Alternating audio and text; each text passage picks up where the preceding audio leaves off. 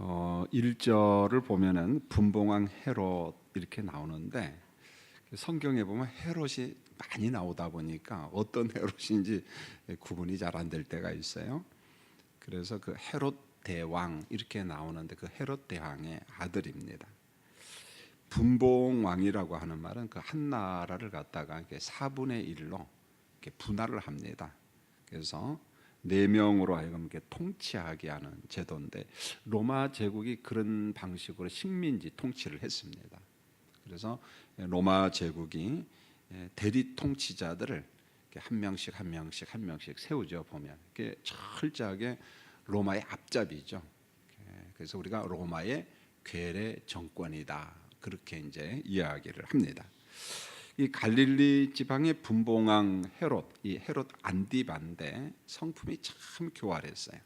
그래서 누가복음 13장 32절에 보면은 예수님께서 헤롯을 여우라고 이야기합니다. 예수님이 이런 말 잘 안 하거든요. 비유 말은 하지만은 어떤 개인을 두고서 저 여우 같은 사람이다 그런 말 잘 하는데 헤롯을 보고 여우다 이렇게 표현합니다. 자, 헤롯이 이제 예수님의 소문을 들었는데 2절에 보면은 이는 세례 요한이다. 그가 죽은 자 가운데서 살아나서 소생해서 이런 능력이 그 속에서 역사한다. 이게 헤롯의 생각이죠. 조금 다분히 미신적인 생각인데 자신이 죽인 세례 요한이 그 영이 지금 살아서 예수 안에 역사한다. 예수의 능력, 예수의 권세 있는 말씀 이것은 예수 자신이 아니라 세례 요한의 영이 살아서 그 안에서 지금 역사한다. 이게 이제 세례 요한이 헤롯이 그런 생각을 했어요. 그럼 분봉왕 헤롯만 이런 생각을 했느냐? 그렇지가 않아요. 예수님의 제자들도 이런 생각을 주변에 이야기를 합니다. 예수님께서 제자들에게 질문하는데 사람들이 인자를 누구라고 하더냐 이렇게 물어보니까 마태복음 16장 14절에 더러는 세례 요한, 더러는 엘리야, 더러는 예레미야 선지자라고 합니다. 예수의 능력을 보면서 주변 사람들이 이제 그렇게 이야기를 하죠.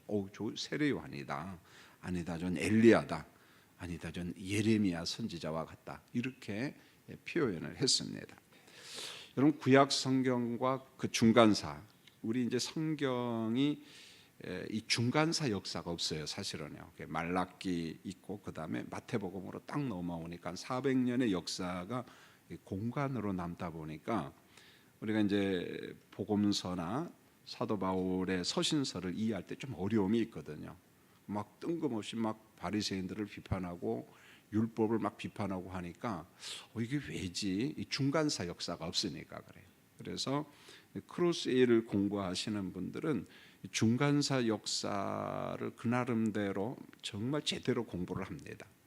중간사 역사를 알아야만이 신약 성경을 이해를 하는데 큰 도움이 되거든요. 보면은 그래서 구약 성경과 중간사 역사와 예수님 시대를 보면은 이런 부활 사상이 있어요. 보면 대표적인 말씀이 다니엘서 12장 2절로 3절에 보면 땅의 티끌 가운데서 자는 자 중에서 많은 사람이 깨어나 영생을 받는 자도 있겠고, 이미 다니엘서에는 부활 신학이 있습니다. 호세아 6장 2절도 여호와께서 이틀 후에 우리를 살리시며 셋째 날에 우리를 일으키시리니 우리가 그의 앞에서 살리라.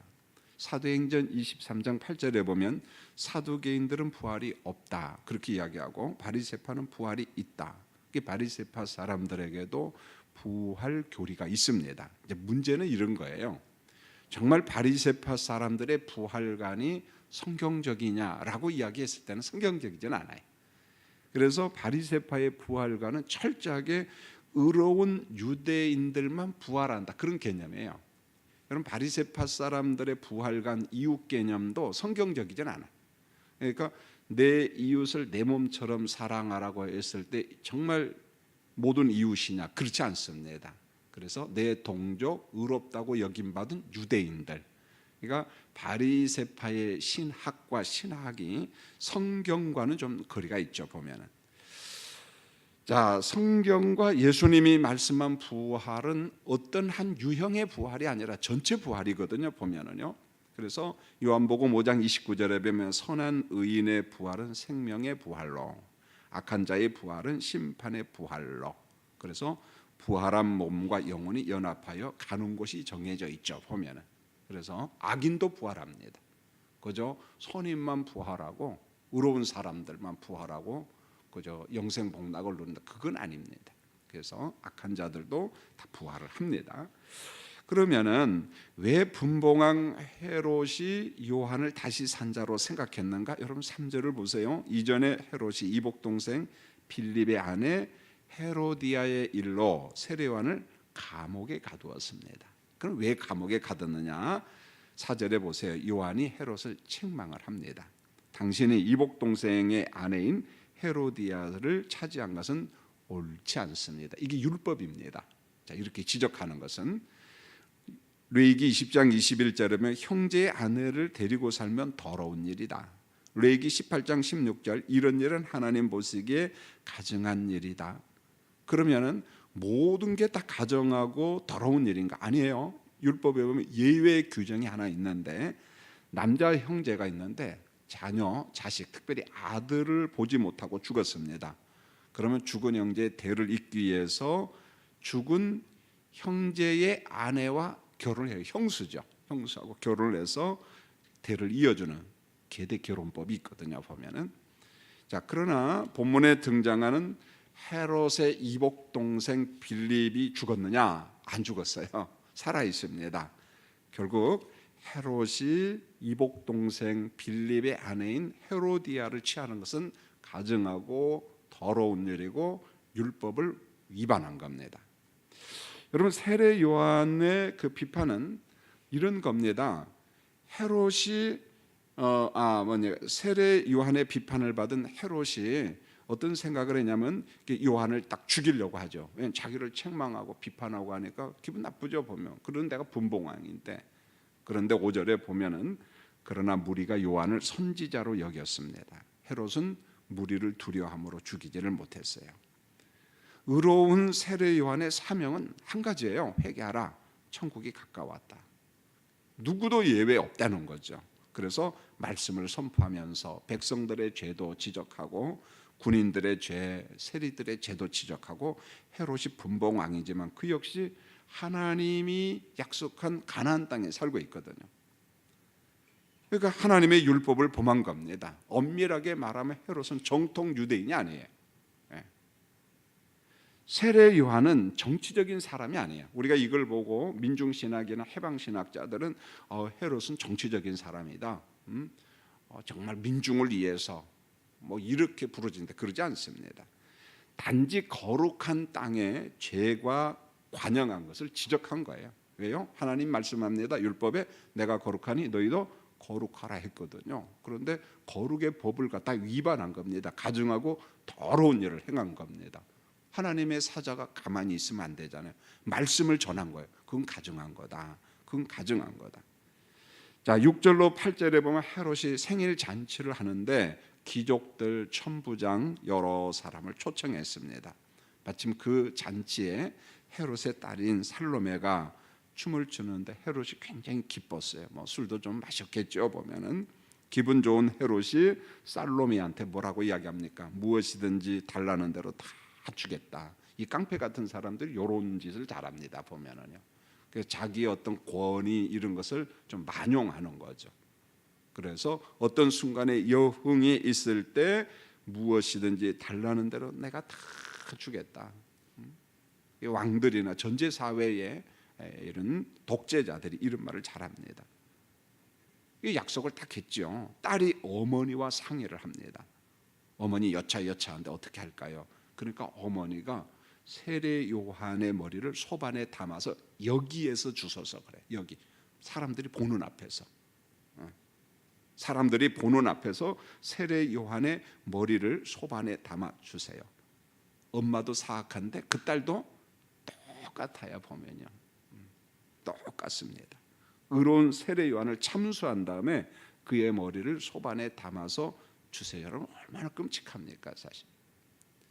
자, 여러분 참수형은 철저하게 이방인의 풍습이잖아요. 고대 그리스나 로마 십자가형 같은 경우에도 로마 시대에 있었던 거잖아요. 지금도 무슬림이 아주 그 골수 무슬림들은 사람의 목을 자릅니다.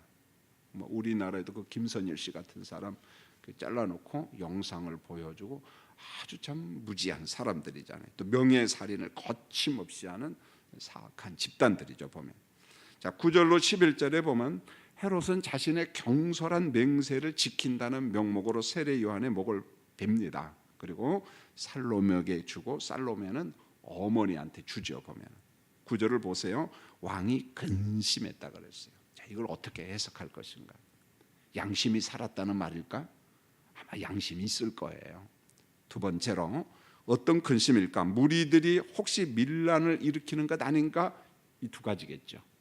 양심의 가책도 있지만은 또 한 가지 정치적인 접근이죠. 야, 이거 무리들이 폭동을 일으키게 하는 게 세례 요한의 머리를 잘랐으니까 복잡한 겁니다.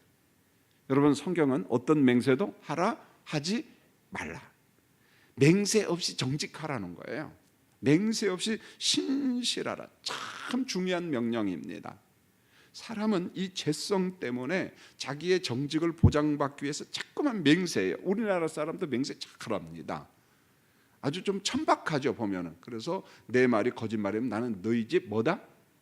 해본 적이 있을까 하면 난 너희 집 개다 뭐 이런 식으로 난 네 자식이다 뭐 이렇게 맹세하잖아요 우리는요. 여러분 근데 성경은 맹세하지 말고 예 아니요 그렇게 하라는 거예요 보면은요. 훈련에 의해서 정직하라는 거죠. 신실하라. 우리는 여호와의 백성이기 때문에. 그래서 성경 말씀은 하나님이 내 걸음도 세시고 내 생각도 하시고 앉고 일어서름도 아시고 뭐 그런 말씀들이 많이 있잖아요. 그러니까 하나님의 임재, 하나님의 존재를 기억한다면은 맹세 따위는 필요가 없다는 거죠. 그냥 아니요 그러면 된다는 거예요. 자, 생일 잔치에 있던 귀족들을 보세요. 관료들, 그들도 동조자들이죠. 어떤 면에서 아첨꾼들입니다. 헤롯의 잘못을 막을 수 있거든요. 보면 천부장 같은 사람은 그런 권한이 있어요. 왜요? 로마 군인이니까 아우 분봉왕이요, 그건 좀 과한 것 아닙니까? 이렇게 말해야 되는데 그저 전부 다 그 분위기에 휩쓸려 가지고 동조해 버려요. 잘못을 막는 사람이 없다는 거죠. 주석 책에 보니까 이 헤롯 분봉왕 안디바는 프랑스 리옹으로 추방을 당했다는 거예요.